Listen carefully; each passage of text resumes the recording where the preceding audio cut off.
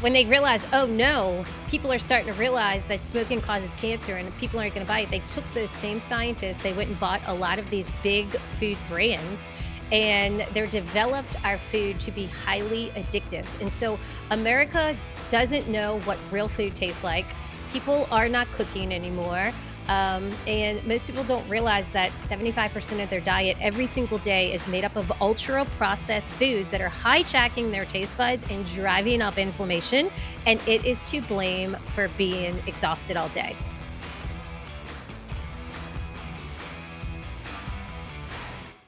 I'm Larry Sprung, your host for the Mitlin Money Mindset and founder and wealth advisor of Mitlin Financial.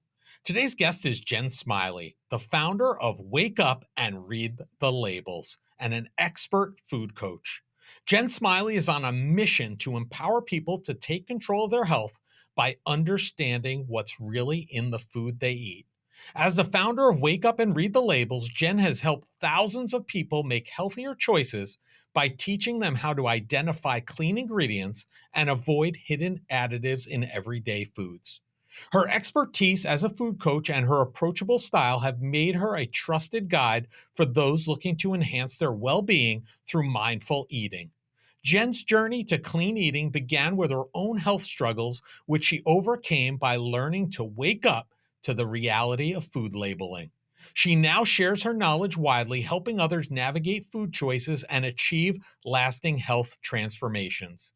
Join us as we dive into Jen Smiley's journey, learn the secrets behind deciphering food labels, and discover how her insights can help you lead a healthier life. Well, I am super excited today. We have Jen Smiley with us, the founder of Wake Up and Read the Labels, an expert food coach. And this is something I am super interested in, and I think you should all be too. So, welcome to the show, Jen. Thanks for having me on, Larry. Hopefully, our conversation today can help people wake up and read their labels and understand what's really inside of their food. Yeah, well, I'll be sharing with you. I've certainly done that in the last couple of months. I had a little bit of an eye opener myself. So, but I don't want to. We'll save that for a little later. But Yeah, I'm Jen, excited. we're going to spend a lot of time on Wake Up and Read the Labels and your entrepreneurial venture there and what you're doing today. But before we do that, can you share with our listeners kind of, what led you up to that point? We find that the entrepreneurial journey is so unique, sometimes similar, but unique to each of us and interesting at the same time. So could you share your journey? Oh, yeah, for sure. So I come from a family of entrepreneurs, first of all. My parents dropped out of high school, got married, got pregnant at 15. They're still married 40 years later. They had my brother who also started a startup himself. He got acquired for a beautiful price. And so I was kind of helping him with his business. And I realized it's just boring. It dealt with law and it dealt with construction. And I was like, this is not my jam. Life should not be this boring. And so I started working out a lot. That's what I enjoyed. However, I was battling in my mid 20s inflammation, asthma, um, and also reflux and weight gain. And during my workouts, I'm like, wait a second, why can all these people keep up with a workout class? Why can all these people not take breaks? Why can all these people look like they fit inside of their clothes, right? Except I only have one sports bra hanging on by one hook. I only have one pair of stretchy workout pants that feel good. And so one day it dawned on me as I'm walking home, I looked at my Premier Protein shake. And I realized, okay, I'm drinking 30 grams of protein. I'm drinking 0 grams of added sugar. But when I flipped it over, I noticed all of a sudden, this is a book. I can't identify any of these ingredients. Where else are these ingredients? So I ran home and I opened my refrigerator, my pantry, and I realized, hold on, these same ingredients exist in my bread, my coffee creamers, my salad dressings, my protein. It is everywhere. So I went on this wake up mission of waking up every morning, going to grocery stores regionally and finding foods made with real ingredients. And then I basically started posting what I'm eating online every day. I had 200 Instagram followers, and a lady walked up to me with a blank check 2 days later and said, will you please take me grocery shopping? And that is the birth of my company. Amazing. So it was born out of need, and it sounds like it really sounds like you had a tremendous background for being an entrepreneur because you had kind of lived it, seen it, and breathed it, just Oh, not yeah. only with your parents, but with your brother in his situation too. For sure. And my parents actually started a corner grocery store in a lower income community back in the 80s, and they grew it to 21 locations with a full service laundromat, fast food in there, also it was a meat market. And so I understood the whole end products, right? When there's products on the end shelf. And I understood companies who come in and pay extra money to get, more space at your eye level because they want you to purchase it. Crazy. So, I mean, I think that, more recently, at least in recent months, if not years, there's been this push to help people understand that food and health are deeply connected. What do you wish people knew about most of the food in the US? Yeah, for sure. Well, I think most people don't realize where their food is even coming from. So, we don't understand farming practices deeply matter in regards to how nutritious your food is going to be. People also don't understand that food is being designed where you just can't eat one, right? When they literally say, "Oh, you're going to want more than one. You're not going to be able to stop eating." Like that's actually true. This they have scientists out there that are making our foods addictive. Back when it was the cigarette time, I forget Morrison. What is it? Right. Philip Morris, There you go, Philip Morris. right? They when they realized, oh no, people are starting to realize that smoking causes cancer and people aren't going to buy it. They took those same scientists, they went and bought a lot of these big food brands, and they're developed our food to be highly addictive. And so America doesn't know what real food tastes like. People are not cooking anymore. And most people don't realize that 75% of their diet every single day is made up of ultra processed foods that are hijacking their taste buds and driving up inflammation. And it is to blame for being exhausted all day. Now, another thing is food and health are not connected. And what I mean by that is you're probably going to your doctor and saying, I'm fatigued, I'm losing my hair, right? I can't sleep at night, whatever your symptoms are, and your doctor probably takes your labs and says, oh, everything looks perfectly fine, and you leave with a piece of paper that might tell you exercise more and diet. But the issue is doctors, they're there to treat symptoms, right? And we do need them, but they're not educated on food. So our healthcare is going up, obesity rates are going up, and 66% of consumers are starting to recognize the link between their inner health and their appearance. So they're starting to care. So, is it that, you said that food does not generate health? Is that what you said? I don't want to put in the what. No, no, no, no, no. Food is health, right? You are what you eat. I tell people like I breastfed both my kids when I was a young mother, and they make these little strips that you can put into your breast milk to detect if there's any alcohol, if you've had a glass of wine, or if you've had a cocktail or a beer. And so what that goes to show you is what mama's drinking is going in mama's milk, right? So what the cows are eating and what the cows are drinking, what your chickens are eating, what your bacon your pigs are eating, it's going into the food you're consuming and is causing havoc on your body. It's either helping you or it's hurting you. That's probably the root cause of a lot of these conditions that are being, talked about and bantered about, and really the solution, not necessarily medications in some case, just maybe even changing diet in cases can be hugely beneficial. So, you talked about, how you started and launched just wake up and read the labels came to be. Somebody approached you, you were kind of going through this life, and they wanted to help they wanted you to help them with going food shopping, right? And picking out the right food. So, how has that situation and the launching of the company changed to what you're doing today? If you could share a little bit about kind of where you went from that point to what you're doing today. So it started off with me going to FedEx and just typing on a Google Doc, here's the oils to avoid, here's the oils to shop for, here's the sweeteners to avoid, here's the sweeteners to shop for, etc. I made basically like a product swap sheet.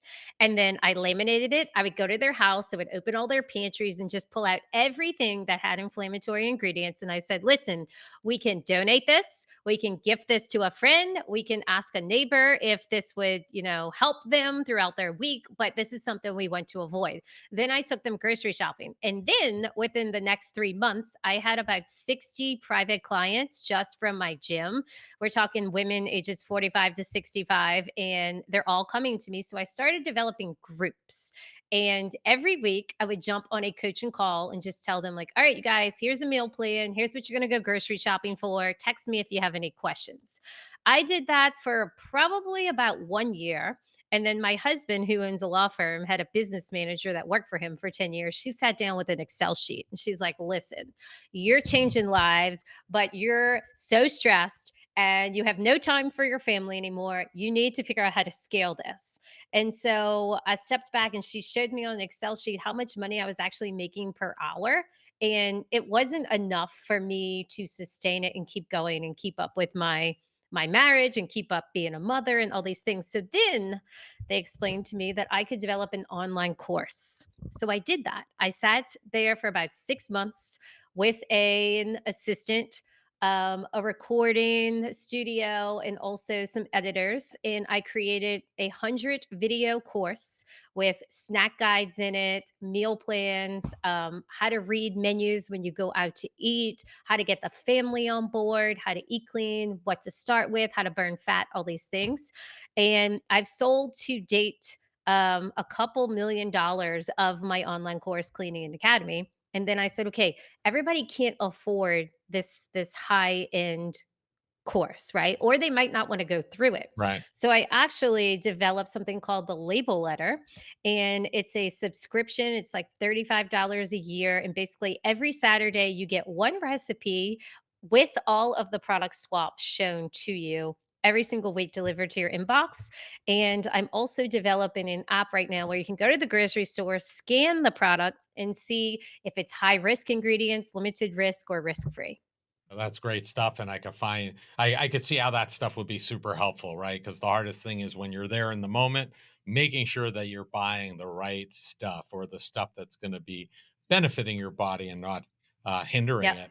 it. Why is it so important to skip past a lot of the buzzwords on the front of packages, right? And actually read Oh, the yeah. labels because packaging says a lot of stuff. I don't know if all of it is actually accurate when you start looking at the labels, but why is it so important to kind of disregard that and actually go right to the label? Well, Larry, a lot of it's greenwashing. For example, okay, when you read cholesterol free, no additives, no artificial flavors, sugar free, it's always telling you what's not inside of the product. It's never advertising on the front what is actually inside the product. It looks way better to say 90 calories than it does to say 30 ingredients. Do you agree? Sure, of Yeah. course. Yeah. Okay. So let's bring up the fact that Cheerios says may help reduce cholesterol. Okay. No one realizes that Cheerios is made with whole grain oats. Then you've got cornstarch, you've got sugar, you got salt, you got tripotassium phosphate, then you got vitamins and minerals. Now, hold on, those are fortified vitamins and minerals. 50% of the population can't even metabolize these artificial fortified minerals and vitamins. Why are they putting that in there? They're putting it in there because it's dead food, literally. It's been stripped of all its fiber, it's been stripped of all of its nutrients. So they got to put fake stuff back in there. And then you've got some preservatives. Now, here's the issue with Cheerios that most people don't know: these oats have been shown on studies to contain the highest amount of glyphosate, which is a pesticide known as Roundup that we spray on our weeds outside, right?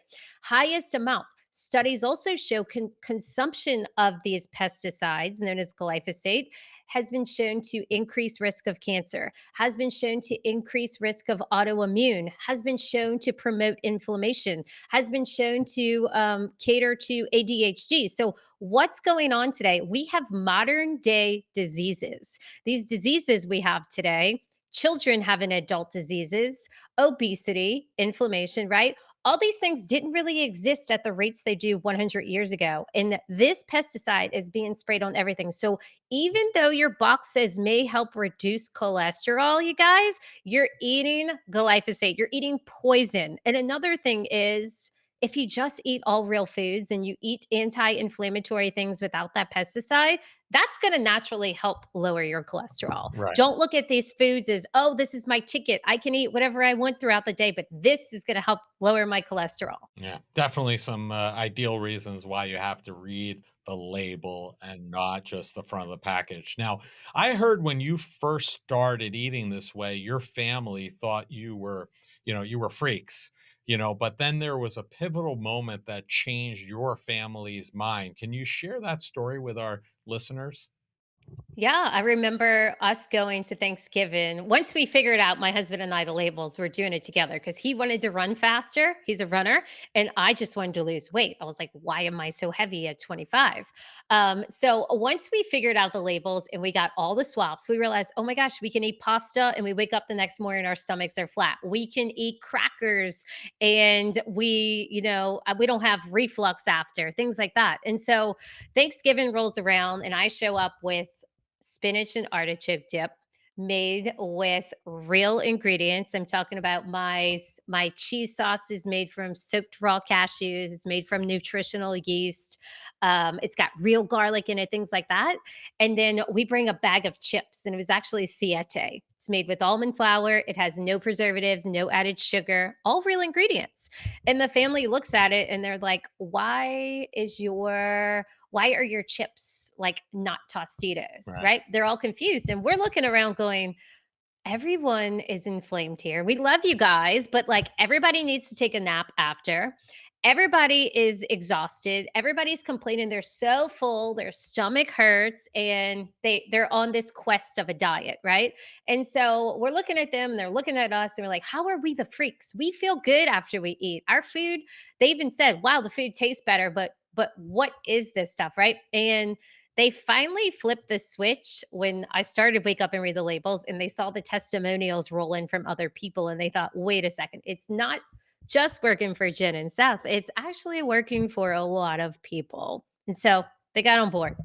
Well, at least they saw the light, so to speak, and that's all good stuff. I mean, I know, and I've kind of experienced this by traveling to Canada, where they have a lot more stricter laws and rules around their food. Regulations. It Yep. just it tastes different. Like we brought one of my boys, and he had Chipotle in Canada versus even Chipotle here, and he said it tasted so much different, so much better. So I think you're on to something. Now, if I'm listening and I have a family and I'm like, hey, this is resonating with me, I wish I could or knew how to find cleaner food for my family. How can people go about doing that? How can they assure that what they're buying, are there some simple takeaways we can give them that will allow them to find cleaner food for them and their family?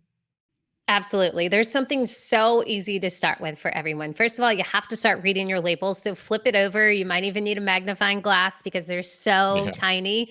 You might need your readers, things like that, a flashlight. But start to read the labels. And if you see any of these oils that I'm about to mention, you automatically put it out. And what I mean by that is most products always have an oil in it.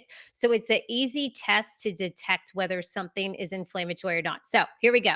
Sunflower oil, yes, your skinny pop. Canola oil, yes, the oil right next to your stovetop in the clear container. It's awful, it's inflammation. Also, rice bran oil.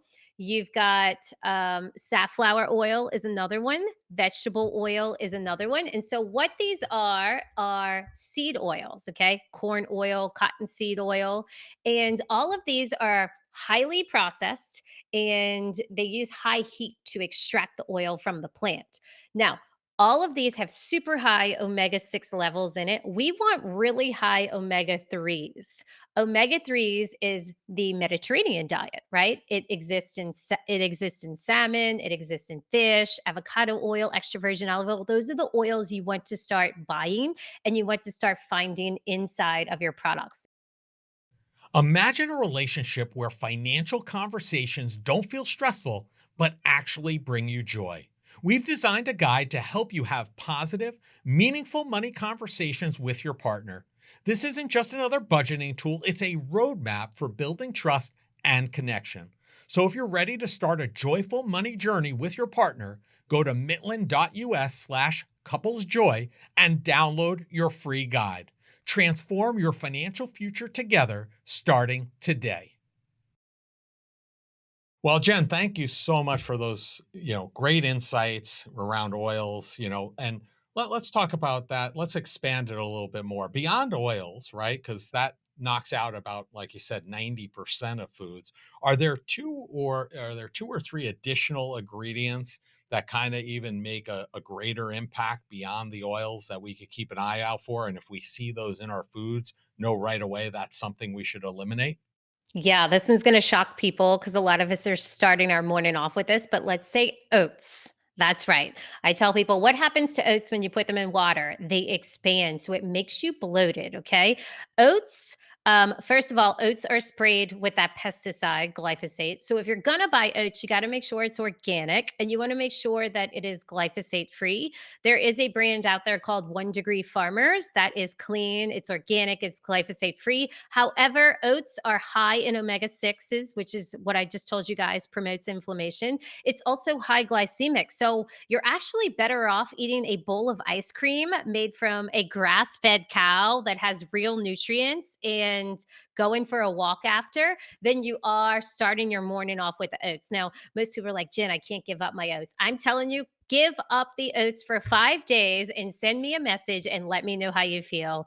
99.99% of people have reported, actually, I'm gonna go with 100% because I've never heard otherwise, reported that they felt less bloated and they felt better. That's number one. Number two is wheat gluten. So I'm talking about your Dave's Killer Bread. I'm talking about your Ezekiel. I'm going there. A lot of the wheat out there is sprayed with the glyphosate as well. So you got to make sure it's organic. But the other thing is, wheat is again high glycemic and it does have those omega 6s, and a lot of times it has the fortified vitamins in it.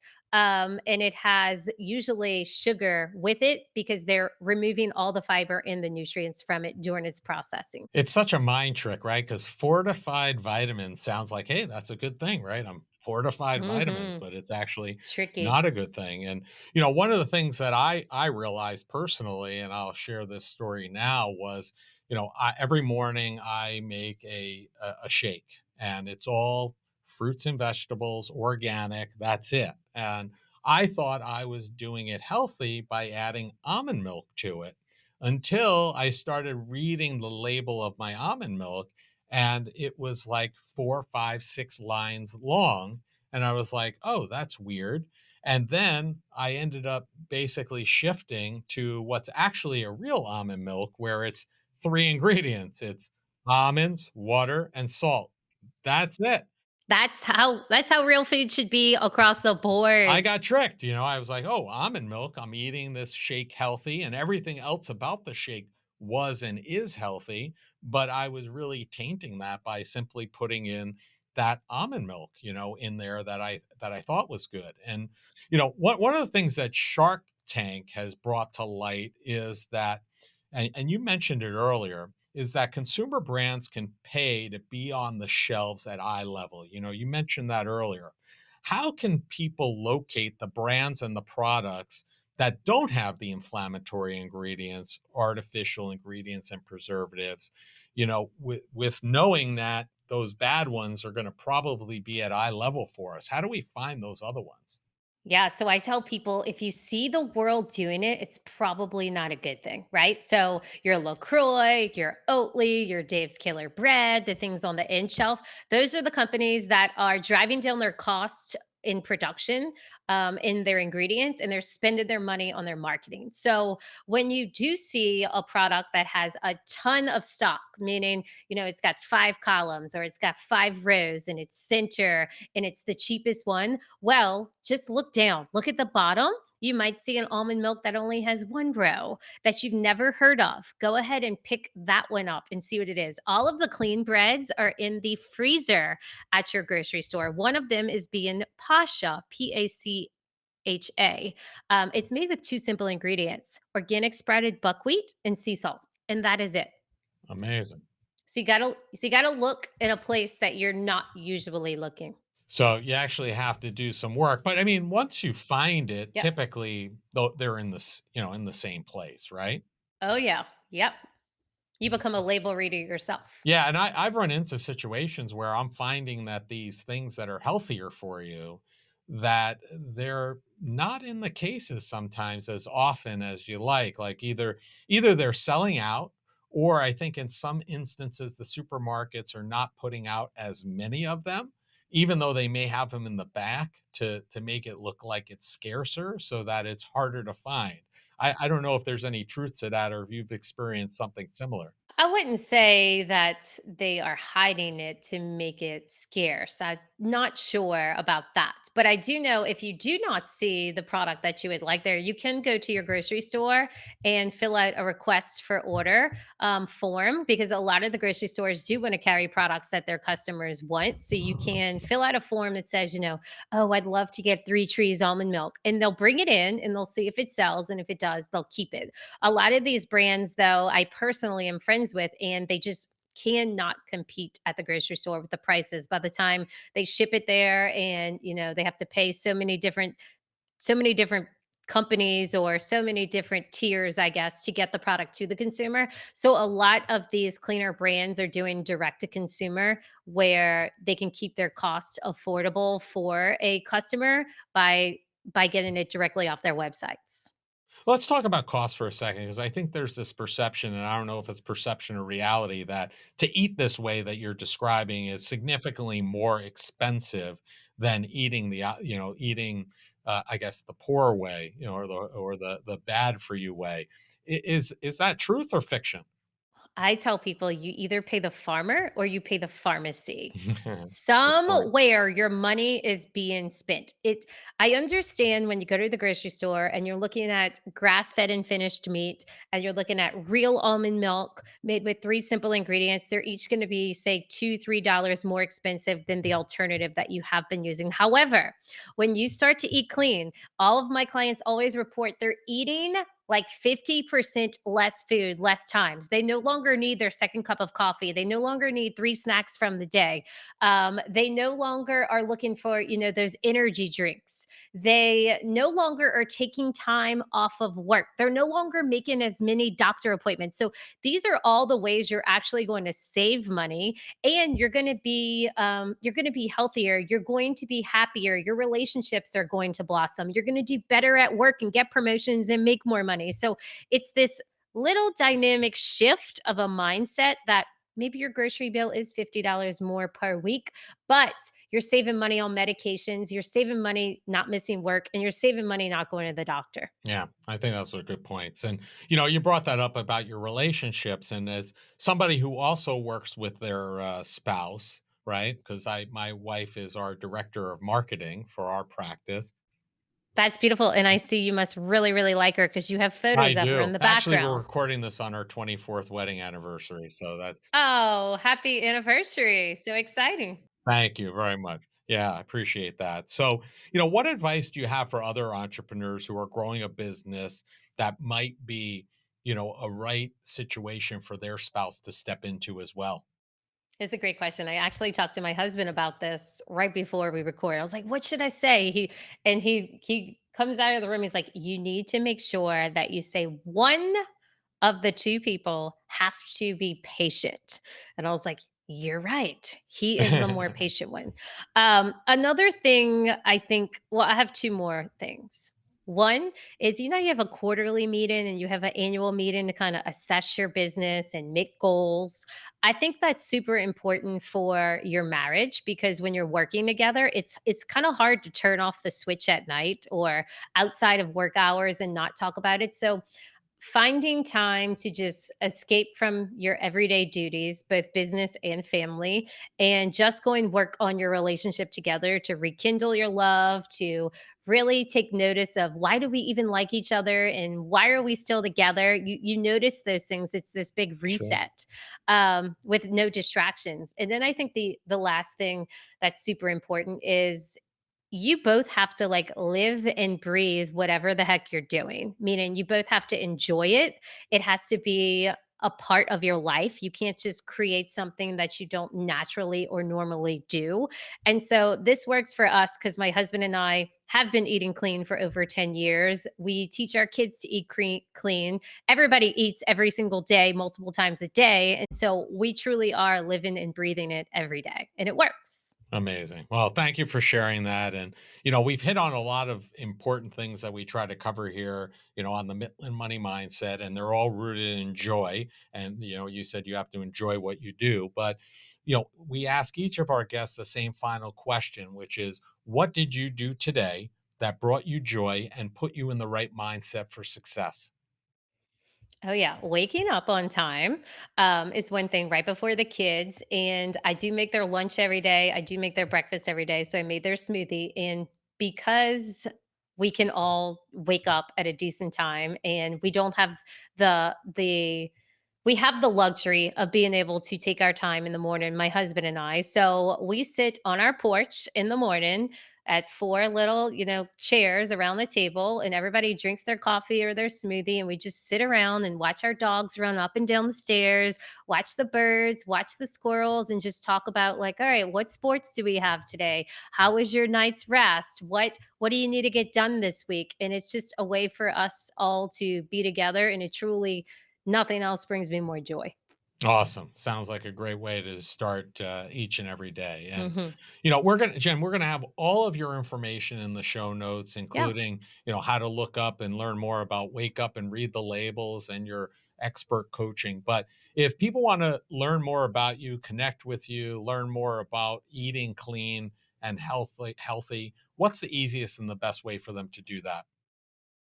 Yep, you can either go to thelabelletter.com and get our label letter delivered to your inbox every week with a clean recipe and clean swaps. You can also download our app called Read the Labels app in the App Store. Well, thank you for sharing that. We appreciate you taking out time for sharing this with us. I hope our listeners take it to heart and start implementing it. I have done a lot of this over the last couple of months and appreciate the content and the information you're putting out there. So enjoy the rest of your day. Thanks, Larry. So great talking to you. Everybody, just remember to wake up, read the labels so you can eat simple and feel good. I want to thank Jen Smiley for being a guest on the Mitlin Money Mindset. Reading the book Good Energy really was an eye opener for me in terms of how we are poisoning ourselves with the food we eat every day. Jen and her content has been extremely helpful in realizing even food promoted to be healthy may not. She has helped direct me to a better way of eating and ultimately helping me be truly more healthy than I ever was. Jen Smiley and Wake Up and Read the Labels can be found across most social media platforms. All the contact information needed to find them can be found in the show notes.